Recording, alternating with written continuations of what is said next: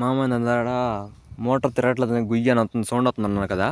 అక్కడ ఏమైందంటే మోటార్ పక్కన అయితే మోటార్ కానుకుపోయి ఒక వైర్ అయితే కట్ అయిపోయింది రూసుకొని.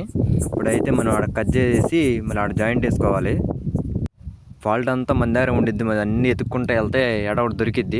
ముందే అనుకున్నారు అది కుయ్యి అని వస్తుంటే 2 పీసుల మీద ఆడుతుంటేనే కుయ్యి అని సౌండ్ వచ్చింది. ముందు మా బాబాయ్తో అంటానే ఉన్నా 2 పీసుల మీద ఆడుతుంది అనుకుంటానని అన్నాను. మొత్తం వైర్ అంతా పట్టుకెళ్తే ఎడైతే దొరికింది ఫాల్ట్. ఇప్పుడైతే మేము ఆడ దాకా కట్ చేసి ఇక్కడైతే బిగిచ్చేసాను. ఇప్పుడు మనం మోటార్ ఆన్ చేసి చూద్దాం ఎలా ఆడిద్దో. అన్నీ మంచిగా బిగించుకోవాలి. మళ్ళీ బిగిపోతే మళ్ళీ వాటర్ లోనికి వెళ్ళి అంటే మోటార్ అంతా కాలిపోయింది. అంతా బిగిచ్చేసిన తర్వాత ఇప్పుడు మోటార్ అయితే చూద్దాం అసలు ఆడిద్దో లేదో.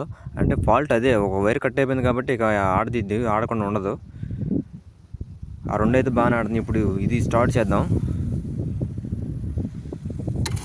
అబ్బా, ఇదైతే రివర్స్ తిరుగుతుంది. ఇప్పుడు మళ్ళీ వైర్ మార్చుకుంటే మళ్ళీ అంటే ముందుకు తిరిగిద్ది.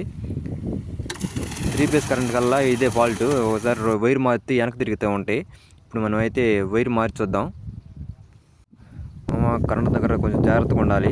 పైన స్టార్టర్లో అయితే పైగా ఉండిద్ది కానీ కిందకి రాదు. మనం ఎలా పట్టు బిగియచ్చు, కాకపోతే కట్టేసి బిగించుకుంటే రైటు. ఇప్పుడైతే మనం బిగిచ్చేసాం. అది ఇప్పుడైతే బాగా ఆడుతుంది, మనతో మామూలుగా ఉండదు అసలు. మేమైతే మోటార్ బిజినెస్ ఉండొద్దంటే కాలిపోయిందని చెప్పి భయం వేసింది. ఇప్పుడు కాలిపోయిందంటే ఇప్పుడు సాయంత్రం 4 అయిపోతుంది.